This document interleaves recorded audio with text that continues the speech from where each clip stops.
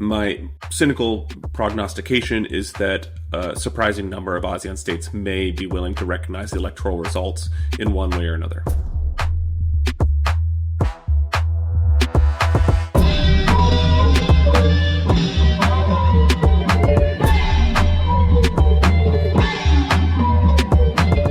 Hello, and welcome to episode 50 of What's Happening in Myanmar, a weekly show from the Frontier Myanmar podcast family.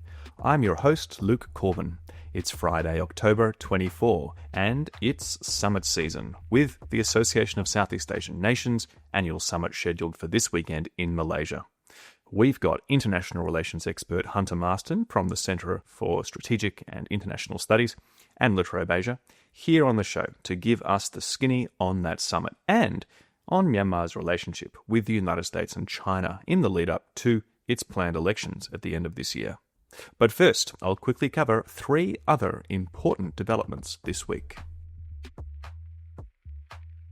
First, starting with welcome news. The military regime released 3 labour rights activists from insane prison over last weekend, including the leader of the Solidarity Trade Union of Myanmar, Do Myo E, who helped striking garment factory workers successfully negotiate wage increases earlier this year.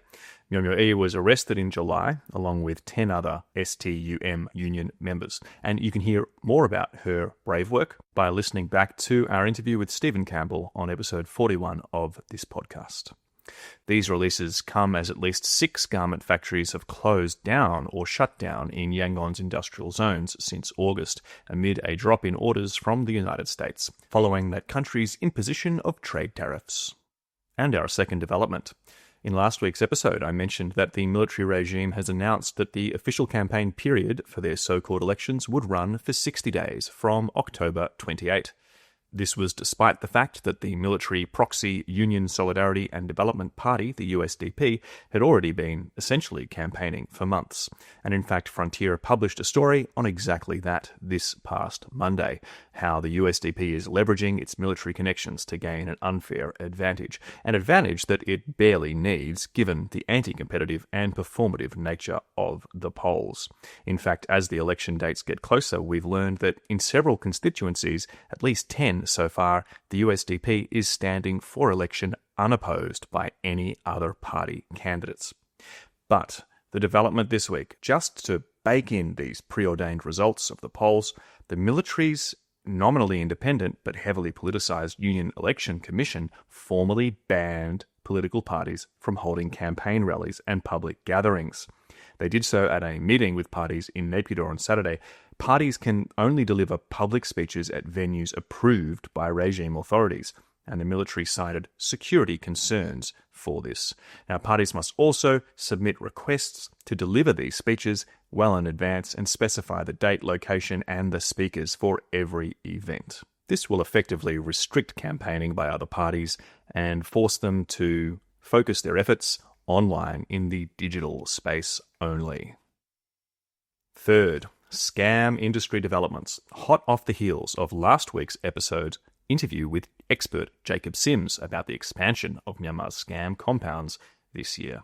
So last weekend, the Myanmar military raided the KK Park scam compound in Myawaddy, reportedly seizing 30 Starlink devices, detaining over 2,000 people temporarily, and torching electrical equipment such as computer monitors.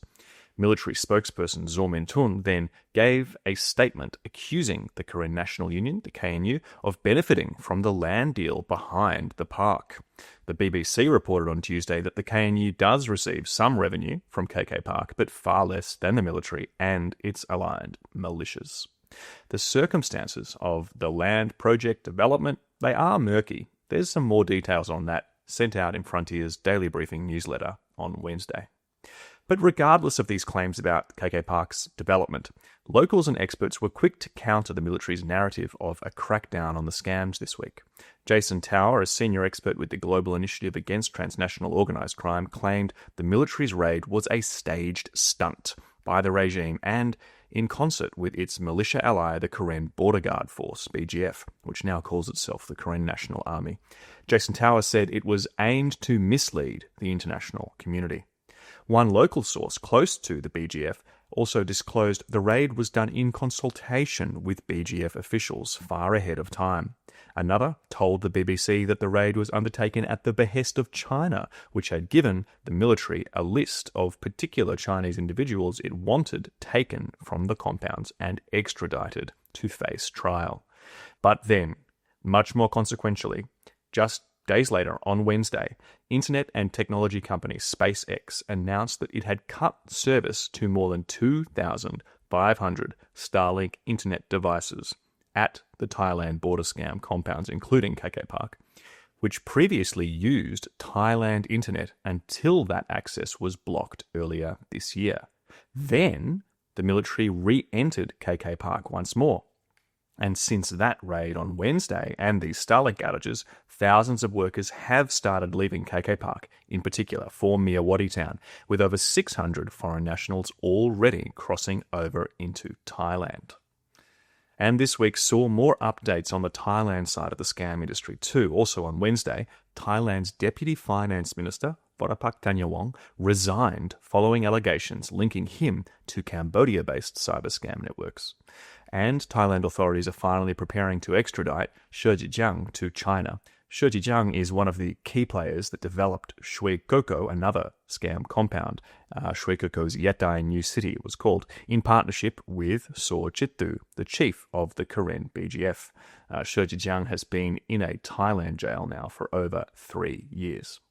All of this scam activity comes soon after the United States Congress Joint Economic Committee announced that it was going to investigate Starlink internet access at the scam compounds, and of course, ahead of the Association of Southeast Asian Nations, ASEAN, summit this weekend. And that will be our main topic of conversation today.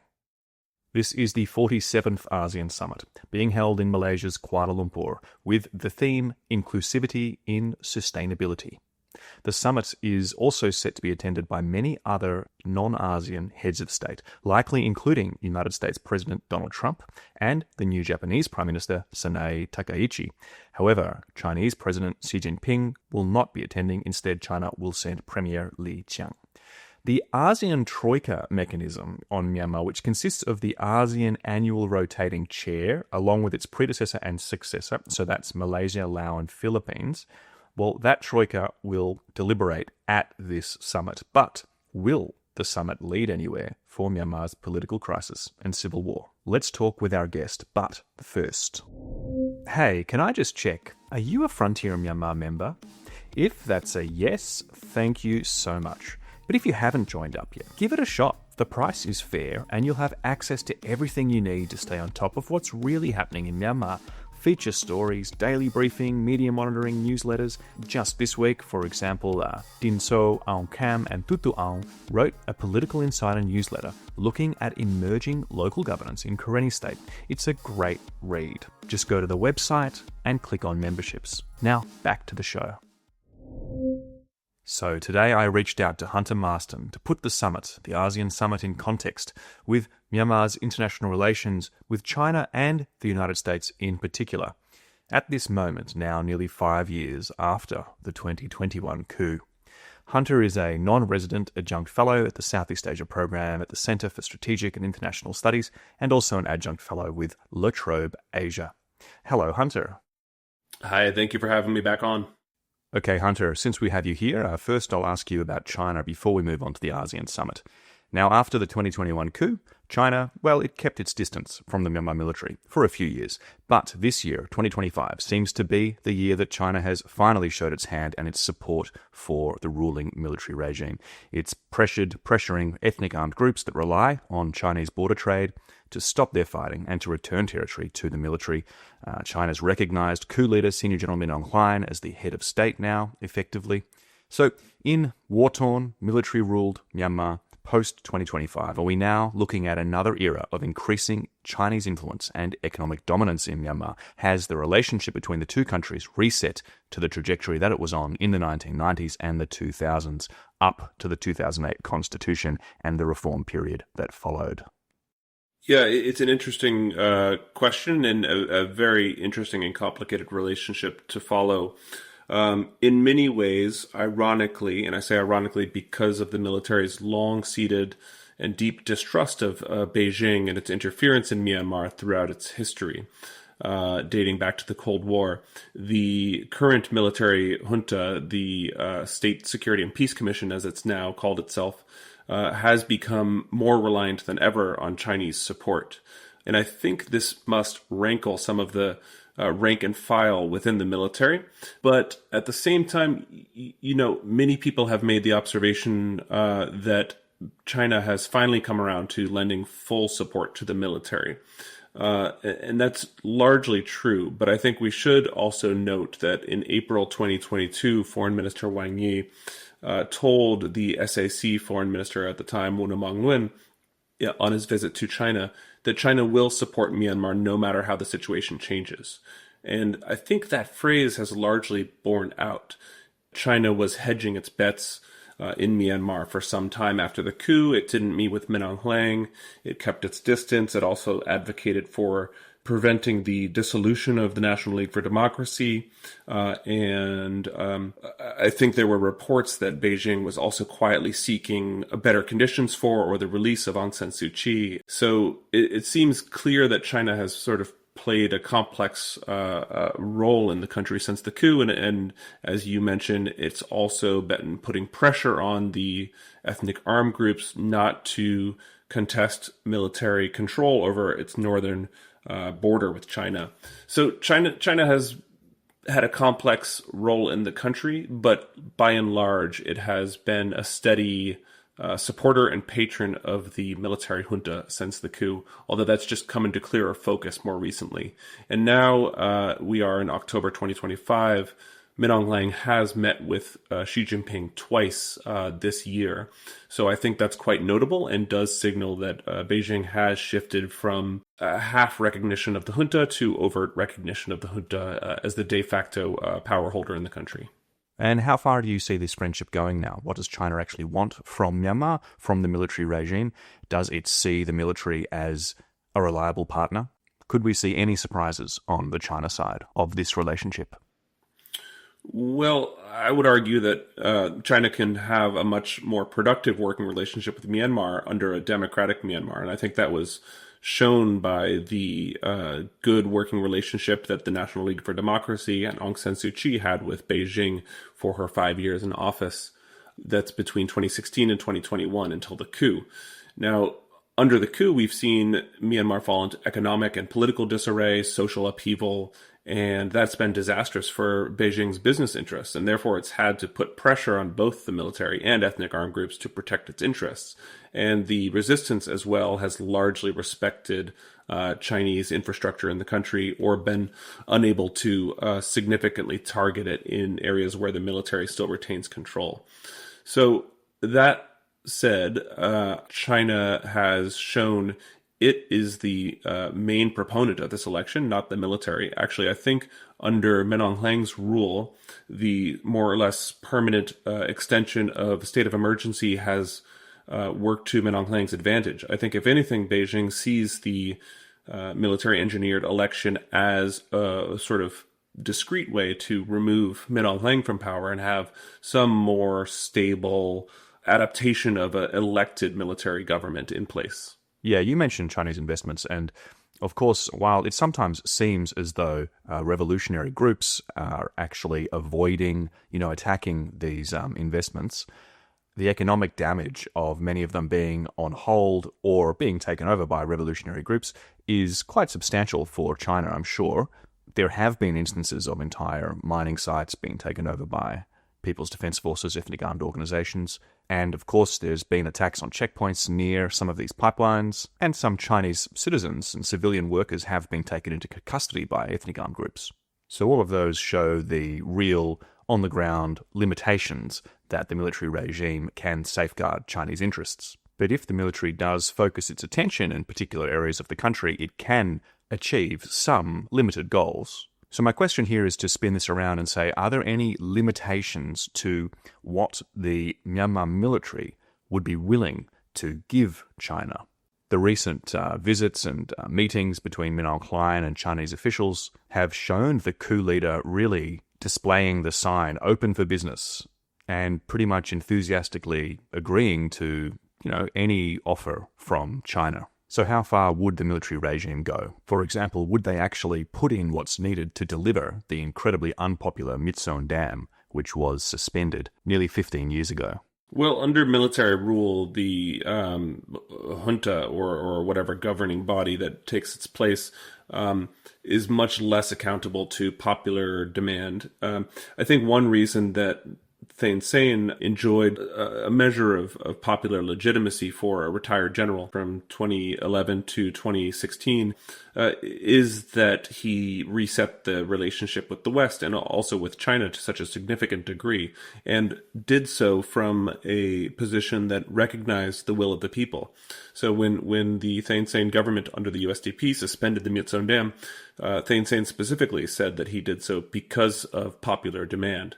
It was a greatly unpopular project. It was also the largest hydroelectric dam in the country, so it was symbolic in many ways, and reportedly a key project linked to Xi Jinping himself.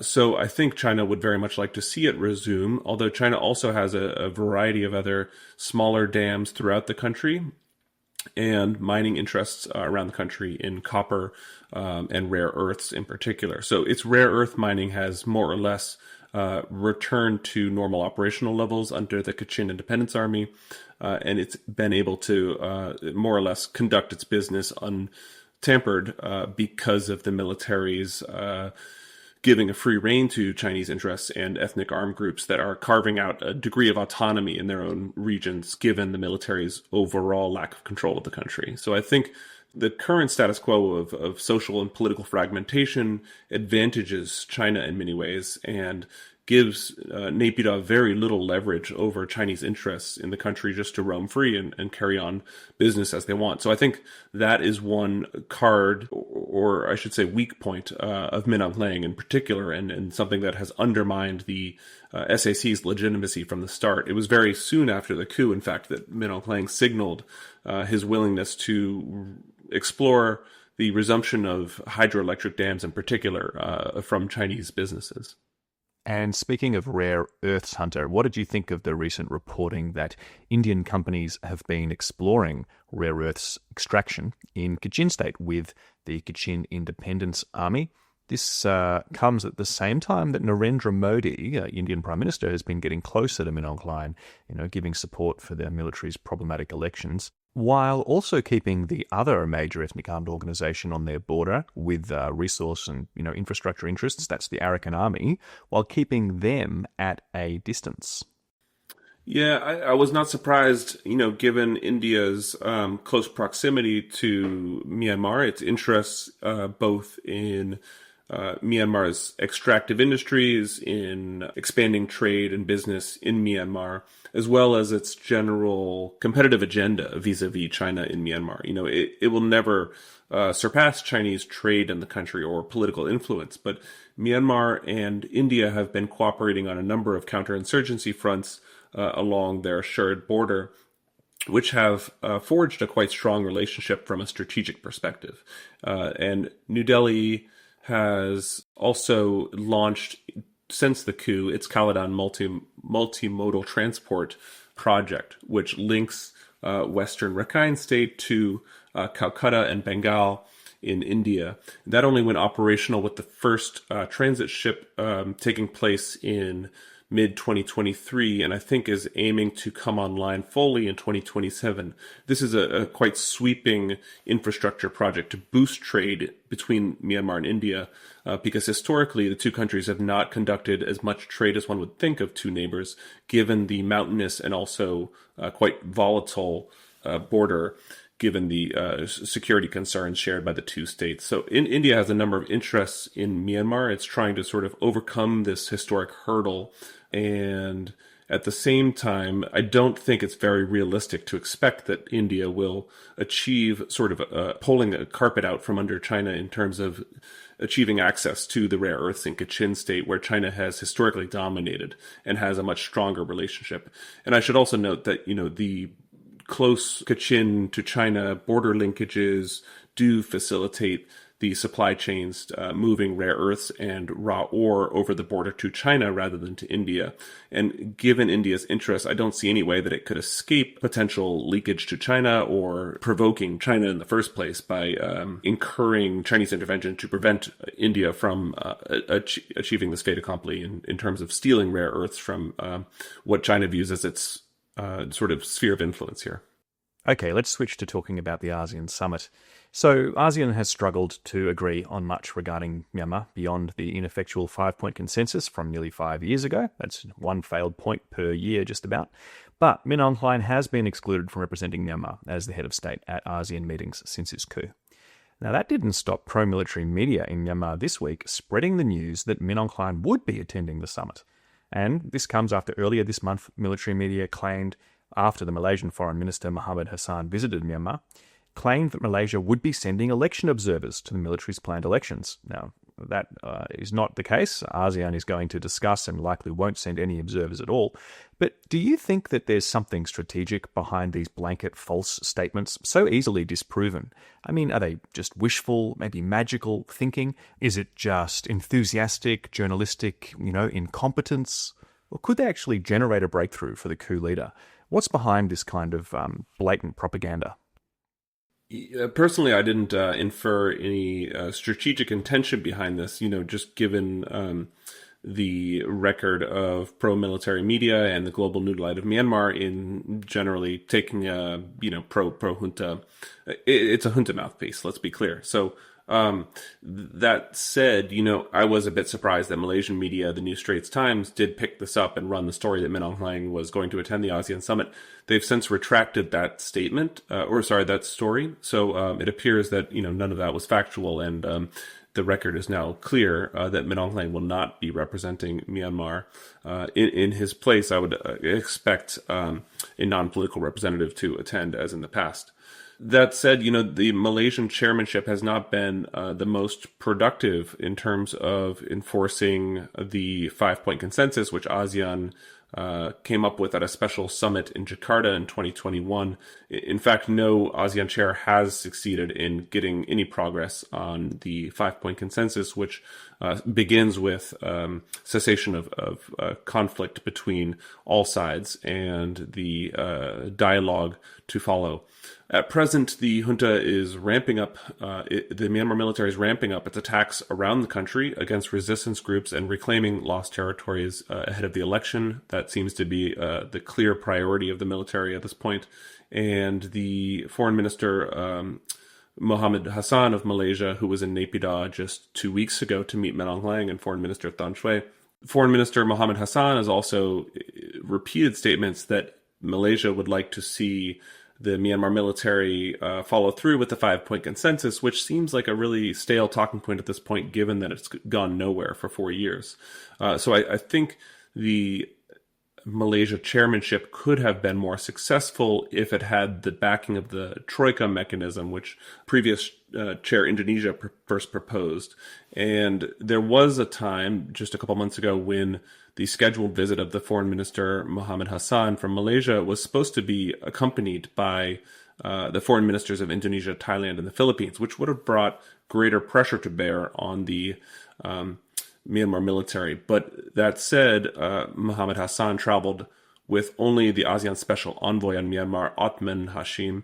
So the two of them did not seem to accomplish much besides reiterating sort of stale tropes to the Myanmar military. And at this point, it doesn't seem like it's going anywhere.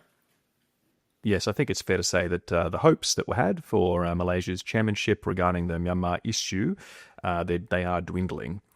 Now, this summit is, of course, yet another opportunity for ASEAN to deliberate on Myanmar.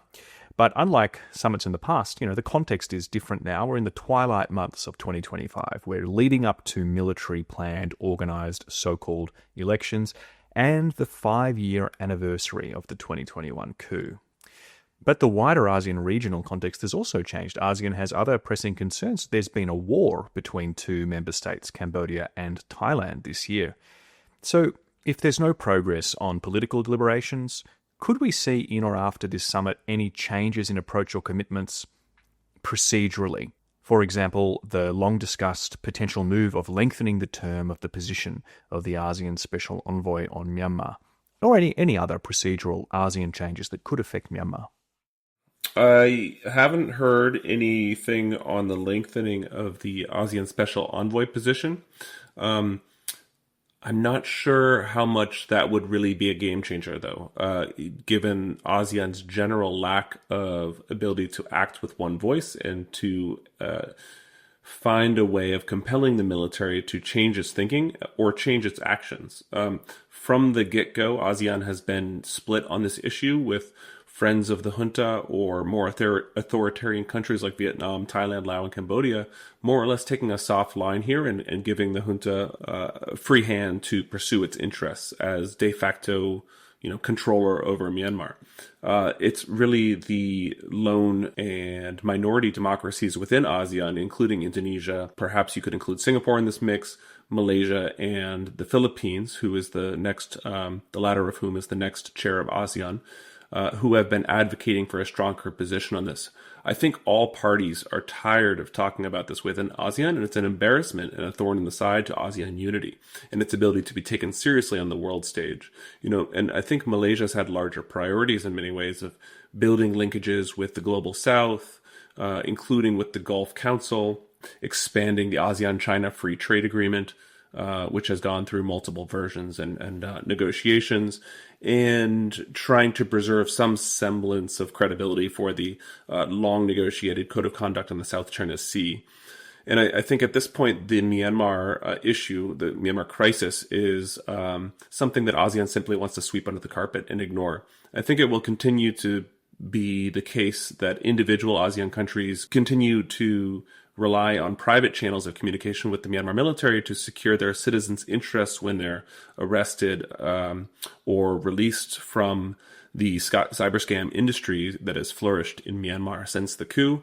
And I don't think that ASEAN has a collective strategic capacity for vision that allows it to act as a whole. I think, as I've said, that there's a division throughout ASEAN between the more mainland and maritime nations, democratic and authoritarian, but also when each individual ASEAN country goes about its interests and safeguarding its citizens' interests by pursuing dialogue with the military discreetly in private channels, that's undercutting the bloc's ability to exert a more coercive effect over Myanmar more broadly.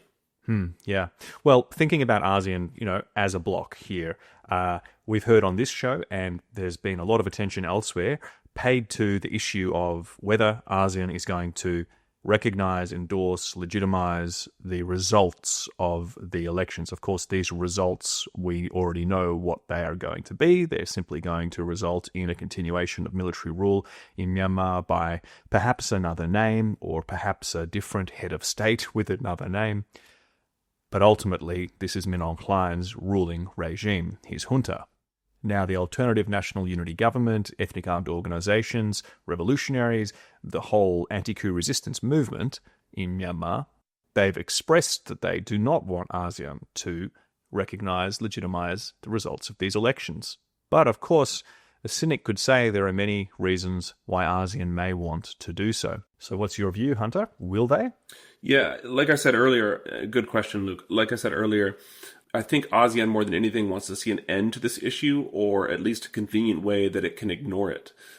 So I think, therefore, the cynical expectation here could prevail, in fact, despite the more democratic-minded countries within ASEAN to deny the junta's legitimacy.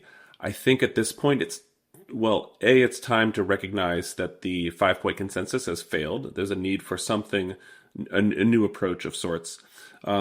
Whether that means recognition of a military government in Myanmar, I think it remains quite contentious, and I don't think ASEAN would go that far. But I think we can already expect the authoritarian states within ASEAN to recognize whatever government comes to replace the SSPC, as it's dubbed itself.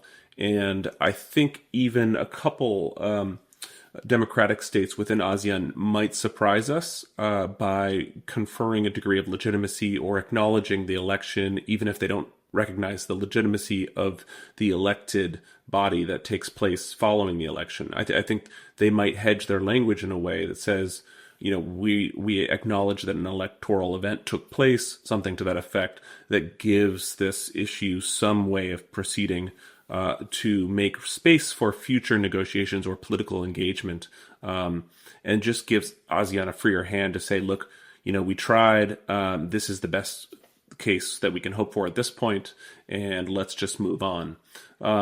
Because I think continuing to block Min Aung Hlaing's participation or the Myanmar military's participation in ASEAN is correct in principle. And actually, I think Myanmar has caused many headaches and problems for ASEAN from a human security perspective, economic insecurity, and just more generally placing an enormous constraint on ASEAN's ability to get its own house in order. So my cynical prognostication is that a surprising number of ASEAN states may be willing to recognize the electoral results in one way or another.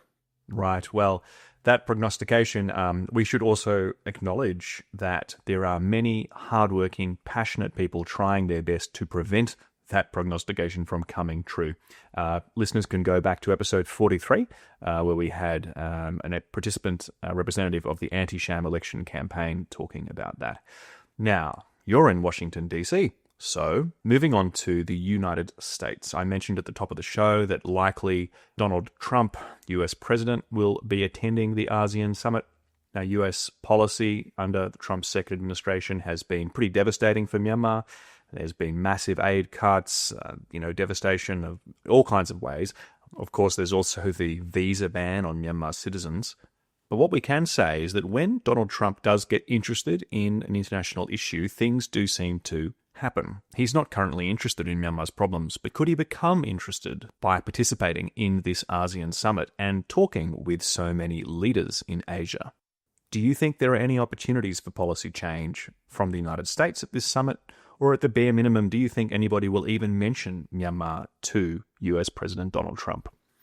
I think it's quite likely the issue will arise and will force itself upon Trump. It seems to me that Trump is now viewing ASEAN as a platform for himself to preside over a hopeful signing ceremony between Thailand and Cambodia, which is now extremely dubious given the resumption of conflict along the border and the extreme mistrust that endures between Phnom Penh and Bangkok. So Trump has been pushing for this signing ceremony as his sort of long-held efforts to secure the mantle for himself, this reputation of peacemaker. He didn't win the Nobel Peace Prize this year, and I think is quite frustrated by that. He's made very clear he wants to be seen as a peacemaker, whether in Ukraine, Russia, or Israel, Gaza, and now Thailand and Cambodia. So if someone within ASEAN, including Anwar Ibrahim or another more democratically oriented leader of an ASEAN state, brings this issue to Trump and says, look, you've done so much good for the world in terms of making peace and getting different warring parties to sit down with one another. Couldn't you do something about this Myanmar crisis? He might take an active interest in this. Otherwise, I think Trump's interest in Myanmar is going to be virtually non-existent given the low state of trade with Myanmar. And I think that's one reason, by the way, that the tariff rate remains so high. Myanmar is one of the highest U.S. tariff rates in Southeast Asia, along with Laos at 40%, despite Min Aung Hlaing's efforts to secure a lower rate with a love letter of sorts to Donald Trump. But aside from that, I think Trump, given the Myanmar crisis, we'll look at it and just say, this is a basket case. I don't want to touch it. We don't do trade with this country. What are we getting out of it? No thanks. Yeah, and at the moment, it's easy to forget that US foreign policy actually has a lot more to it, many different levers. It's not just the diktat of the current US president. So how would you actually assess the other sort of trends in US foreign policy towards Myanmar? I mean, we have Marco Rubio making statements like the United States will never, pass judgment on other countries' elections and their integrity anymore. But you also have sanctions being lifted and sanctions being imposed. What else is going on beyond the sort of general inactivity ineffectual inactivity? Since Donald Trump took over, and I should just note that prior to his election, I was advocating in my own writing for the opportunity for a review of existing policy, given that I saw Biden's approach was shockingly inactive and ineffective. And I think this stems from a fear of allowing China to attain dominance or dominant position in the country, and also a fear of provoking a proxy war. While the latter scenario did not pan out, given U.S. lack of involvement, as well as other parties in the country, the former fear, the first fear that I mentioned, that of Chinese dominance in the country, did come to pass because of a lack of U.S. involvement. And I think the U.S. Had a great deal more leverage than it was willing to admit, and because of legacy issues. By that, I mean that a number of officials in the Biden administration had a very close role and saw themselves as influential in Burma's opening in 2010, 2011, and so on. They didn't want to touch this issue or tarnish their reputations. Now, as I said, I saw the Trump administration coming into power as a chance for a reset, opportunity to review existing policy and perhaps pursue a new direction. That also has not come to pass. Instead, as I mentioned on my last appearance on this show, what we've seen is a sort of bipolar or schizophrenic approach to the country, which has not been unprecedented in U.S. Burma policy in the past, given the sort of disparate positions of the U.S. Congress and the White House, particularly in the Obama administration, as well as the subsequent Trump administration, which was torn over how to handle the Rohingya crisis. Now, under Trump too, we've seen sort of conflicting signals, and folks and analysts have been trying to parse the tea leaves. We've had Min Aung Hlaing's letter to Trump, the delisting of certain junta proxy companies selling arms under the existing OFAC regulations, and then following that, the expansion of sanctions against cyber scam actors in the cyber scam industry in Karen state linked to the Myanmar junta. So people have been trying to make sense of where does this put existing U.S. Burma policy, and will the Trump administration explore, for instance, a deal with the junta to get a rare earths extracted deal? And that doesn't seem to have panned out. So at this point, I think policy has sort of reverted to the hands-off approach that Biden or the Biden administration pursued, and I don't think we can expect a great deal more activity from the White House. That said, there's a great deal of legislation passing through the House of Representatives at the moment that will soon go to the Senate, and that includes greater pressure for accountability of genocide through the Burma Genocide Accountability and Protection Act, as well as the No New Burma Funds Act, which seeks to maintain the World Bank's pause on new financing for Burma, and the Brave Burma Act, which is trying to cut off revenue to the junta and expand the list of existing sanctions on the Myanmar military. So Congress will continue to be an active force, which could end up putting pressure on the Trump administration, particularly Marco Rubio, Secretary of State, who comes from the Senate, and others in the Trump administration who will be beholden to the Republican-dominated or Republican-controlled Congress in one way or another. That is a helpful overview. There is a lot more going on there. But yes, reading the tea leaves are quite difficult. I can't even find the tea leaves. So thanks for giving us that overview. The last question I want to put out there is about Timor-Leste. That's because at this ASEAN summit this weekend, Timor-Leste is finally joining. It took nearly 2 decades to get in. And the president, Jose Ramos Horta, actually complained it was easier to get into heaven than to get into ASEAN. It's possible that Timor-Leste's accession to ASEAN may bolster the group's democratic camp. But I wanted to ask about Timor-Leste's position on Myanmar as well. The country is actually run by former revolutionaries, and Timor-Leste has been vocally sympathetic to the National Unity government since the 2021 coup. That is, until recently, when Timor-Leste seems to have moderated its language and be interacting more with the military regime in Myanmar. So, Timor-Leste in ASEAN, will it rock the boat, or will it sit down with a life jacket and keep its mouth shut? I think there's certainly a possibility that Timor-Leste will be a champion for democracy within ASEAN, and I've made that argument before. And I'm optimistic that Dili could enhance the ranks, or at least add some urgency to the democracy issue. Although the deck is certainly stacked against it, given its small size, its numerous other developmental and capacity issues, and that's been, in terms of capacity, that's been the overarching concern for other ASEAN members, like Singapore, in blocking or advocating against Dili's inclusion as an ASEAN member, which is one reason Ramos Horta's claim that it's harder to get into ASEAN than it is to heaven really holds true in many ways. But even Dili has shown some pragmatism in terms of the Myanmar issue. Ramos Horta is not the only one who's been outspoken on the Myanmar crisis. Other Timorese leaders have also been very critical of the Myanmar coup situation, advocating for a return to democracy in the country, and they've done so consistently over more than a decade. This recently actually drew the ire of Myanmar's junta's Ministry of Foreign Affairs, which complained to ASEAN that it would not support Timor's accession to ASEAN based on its critical remarks in the past. And then Dili quickly actually sent representatives to Naypyidaw to sit down with the Myanmar junta and actually sort this issue out and sort of play nice. So I think it's shown, that it's willing to be pragmatic, because the overarching goal of ASEAN membership is much more vital to Dili than the Myanmar resolution would be to Timorese leaders. That makes sense to me. Well, let's see what happens this weekend at the 47th ASEAN Summit in Kuala Lumpur. Hunter, you've given us great insight, expertise on China, the United States, and Timor-Leste in the context of Myanmar and this summit. So thank you so much for joining the show, and talk to you again soon. Thank you so much, Luke, for having me. It's always a pleasure. And to those of you who have listened right to the end, thank you for keeping up with what's happening in Myanmar.